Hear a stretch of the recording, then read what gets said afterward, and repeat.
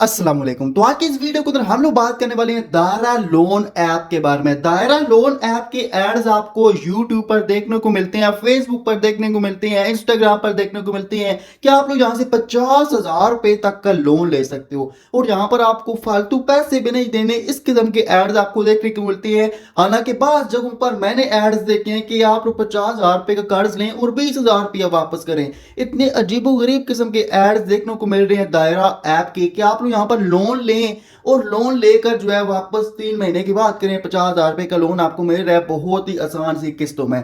तो आज हम बात करेंगे कि दायरा ऐप से लोन लेना चाहिए या नहीं लेना चाहिए। लोन लेकर वापस नहीं करेंगे तो फिर क्या होगा, सारी कंप्लीट डिटेल्स मैं आपको आज बताने वाला हूं। सबसे पहली चीज, जो आप लोग प्ले स्टोर या फिर ऐप स्टोर से दायरा ऐप को इंस्टॉल करते हो, इंस्टॉल करने के बाद ओपन करते हो तो यहाँ पर आपको सबसे पहले जो काम करना होता है, यहाँ पर परमिशंस देनी होती है। आपको आपकी लोकेशन की परमिशन देनी होती है, कैमरा की, मोबाइल फोन की, फोन आपको आ सकता है। तो सारी आपको ना जाने की परमिशन देनी होती है। आपके मोबाइल की सारी स्टोरेज वगैरह की परमिशन देने के बाद आपको यहाँ पर साइन अप करना होता है, यानी अपना मोबाइल नंबर यहाँ पर रजिस्टर करना होता है। यहाँ पर आप लोगों को ओटीपी आता है, मोबाइल नंबर लिखने के बाद ओटीपी दर्ज करते हैं तो उसके बाद आपका अकाउंट क्रिएट हो जाता है। सेकंड नंबर पर आपको यहाँ पर काम जो करना होता है अपना CNIC यानी कि शनाख्ती कार्ड जो है, आईडी कार्ड, वो वेरीफाई करवाना होता है। वेरीफाई करवाने के बाद इनको उसके पिक्चर्स लेते हैं और वो वेरीफाई हो जाता है। एक और काम जो आपको करना होता है, रेफरेंस देना होता है, यानी कि आपको आपको कोई रिलेटिव, आपका रिश्तेदार है या फिर आपका बहन भाई हो सकता है या फिर आपको कोई दोस्त हो सकता है,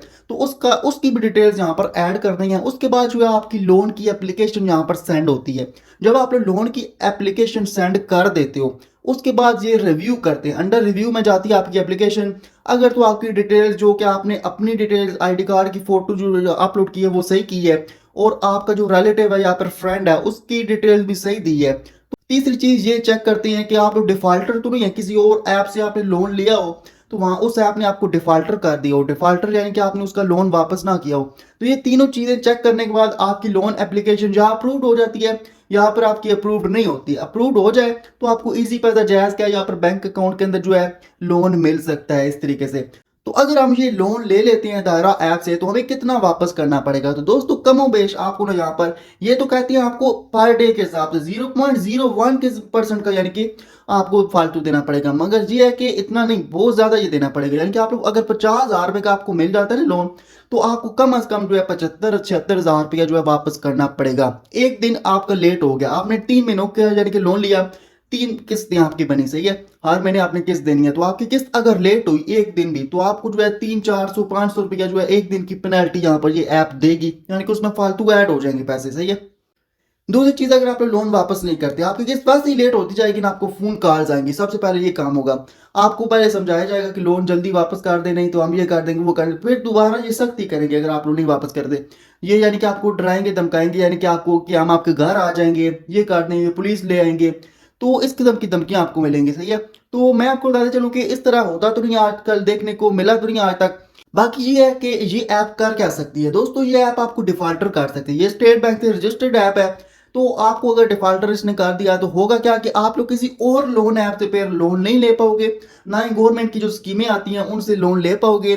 लोन की स्कीमें आती हैं और भी स्कीमें आती हैं मुख्तलिफ, यानी कि कर्जों वाली और सोलर स्कीमें आती हैं, तो इस किस्म की स्कीमों में भी यानी कि हिस्सा नहीं ले पाओगे क्योंकि आप लोग डिफॉल्टर लिस्ट में ऐड कर दिए जाओगे। तो ये बहुत ज़्यादा बुरी चीज़ होने वाली है। अगर आप यहाँ पर लोन लेकर वापस नहीं करते तो आप लोग डिफॉल्टर हो सकते हो।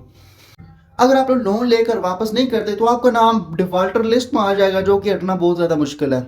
बाकी मैं क्या रिकमेंड करता हूँ कि आपको यहाँ से लोन लेना चाहिए या नहीं लेना चाहिए। दोस्तों एक तो ये चीज है कि सूद यहाँ पर बहुत ज्यादा है, तो सूद तो 1 रुपए का भी है तो वो सूद है, और सूद वैसे ही इस्लाम के अंदर हराम है, तो ये सूदी कारोबार तो वैसे करने नहीं चाहिए। एक चीज ये होगी जो कि इस्लामिक पॉइंट ऑफ व्यू से है। दूसरी चीज ये होगी कि आपको इतनी क्या जरूरत है, ये जरूरत तो जाहिर बात होगी तो भी आप लोग लेंगे, मगर आप लोग किसी और पर्सन से ले सकते हो, किसी बंदे से ले सकते हो, मगर इन ऐप्स की तरफ मत आए, सही है। ये एक फ्रॉड है, एक धोखा, एक स्कैम है जिसके अंदर आपको फंसाया जा रहा है, तो इनसे बच कर रहे हैं। मैंने पहले भी 3-4 लोन ऐप्स का रिव्यू किया है, तो मैंने एक का भी नहीं कहा कि आप लोग लोन ले। ये सब जो है ना एक ही किस्म की ऐप्स है, सही है। बर वक्त ऐप हो गई, ये पैसा यार ऐप, स्मार्ट कर्जा ऐप, ये सारी ऐप्स एक किस्म की ही ऐप्स हैं। तो आपको जो है यहाँ पर सूद इतना ज्यादा देना पड़ता है, इतने ज्यादा पैसे देने पड़ते हैं, वो भी इतनी कम मुद्दत करिए, 1 साल का लोन तो ये दे नहीं रहे, तो इतना ज्यादा पैसा फालतू इनको क्यों देना है, सही है। तो ये चीज जो है बहुत ज्यादा खराब है। बाकी मैं बिल्कुल भी आपको रिकमेंड नहीं करता, मैंने अपना ओपिनियन आपके साथ शेयर किया है कि आपको किस तरीके से, यानी कि लोन एक तो मिल किस तरीके से सकता है वो आपको बता दिया। बाकी लोन लेना चाहिए या नहीं लेना चाहिए, मेरी तरफ से जो है ना है, आपको लोन जहाँ से नहीं लेना चाहिए, बाकी आपकी मर्जी है। दोस्तों अगर आपने आज तक किसी ऐप से लोन लिया है तो कमेंट करके लाजमी बताइएगा, और वापस कितना किया है वो भी बताइएगा।